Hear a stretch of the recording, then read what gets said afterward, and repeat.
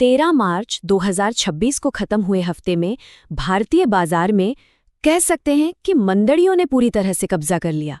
मतलब बेचने वालों का बोलबाला रहा।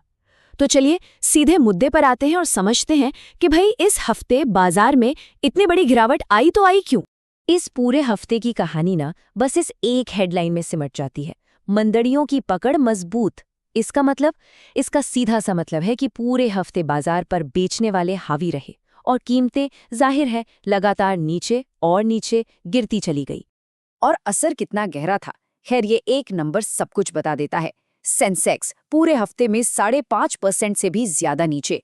सोचिए, निवेशकों के लिए तो ये वाकई एक बहुत ही मुश्किल हफ्ता रहा होगा। तो चलिए अब जरा आंकड़ों में उतरते हैं, क्योंकि नंबर्स ही तो पूरी कहानी साफ करते हैं, है ना।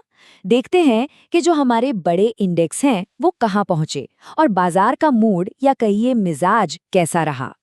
तो गिरावट दोनों ही बड़े इंडेक्स में थी।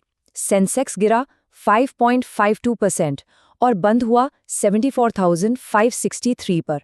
वहीं निफ्टी 50 भी कोई पीछे नहीं रहा, 5.31% की बड़ी गिरावट के साथ 23,151 पर आ गया। अब एक बहुत ही दिलचस्प इंडिकेटर की बात करते हैं, इंडिया विक्स। इसे ना बाजार का डर का मीटर या फियर गेज भी कहा जाता है। और ये देखिए, ये 5% बढ़ गया। इसका बढ़ना साफ साफ दिखाता है कि निवेशकों में घबराहट थी, एक डर था कि आगे बाजार में और भी ज्यादा उठापटक हो सकती है। और देखिए, ये बिकवाली सिर्फ बड़ी बड़ी कंपनियों तक ही सीमित नहीं थी। नहीं, मिड कैप और स्मॉल कैप इंडेक्स वो भी लगभग 2.5% नीचे थे। और तो और डॉलर के मुकाबले रुपया भी कमजोर हो रहा था, जो कि एक और बड़ी चिंता की बात थी। तो अब आते हैं सबसे बड़े सवाल पर, आखिर ये सब हुआ क्यों? बाजार गिरा तो गिरा क्यों?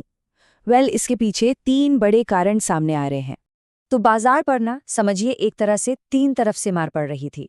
सबसे पहला FIIs, यानी जो विदेशी निवेशक हैं वो लगातार पैसा निकाल रहे थे। दूसरा, डॉलर के मुकाबले हमारा रुपया एक नए रिकॉर्ड निचले स्तर पर पहुंच गया था। और तीसरा, कच्चा तेल $100 प्रति बैरल के भी पार चला गया, जिसने महंगाई बढ़ने की चिंता को और हवा दे दी। और गिरावट का आलम कुछ ऐसा था कि सच पूछिए तो कहीं भी छिपने की जगह नहीं थी। आप कोई भी सेक्टर उठा लीजिए, सभी के सभी 11 सेक्टोरल इंडेक्स लाल निशान में बंद हुए। सबसे ज्यादा मार पड़ी मेटल और PSU बैंक स्टॉक्स पर, जो लगभग 4.8% और 3.7% तक टूट गए। लेकिन इस पूरे लाल समंदर के बीच कुछ हरे द्वीप भी थे।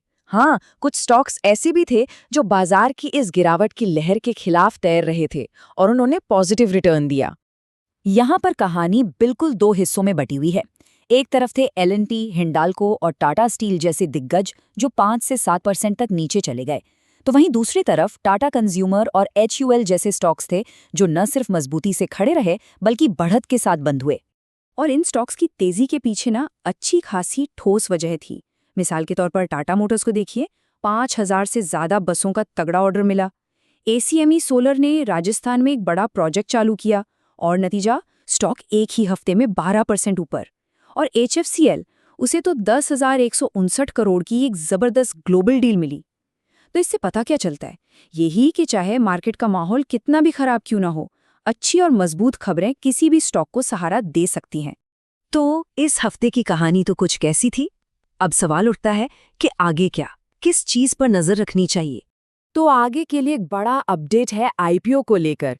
कोल इंडिया की एक सब्सिडियरी है CMPDI, उसका IPO 20 मार्च को सब्सक्रिप्शन के लिए खुलने वाला है। तो यकीनन इस पर बाजार की नजरें बनी रहेंगी। तो कुल मिलाकर ये हफ्ता हमें बाजार का एक दोहरा चेहरा दिखाता है। एक तरफ बिकवाली का जबरदस्त दबाव, एक लाल समंदर, और दूसरी तरफ कुछ कंपनियों में उम्मीद की हरी चमक।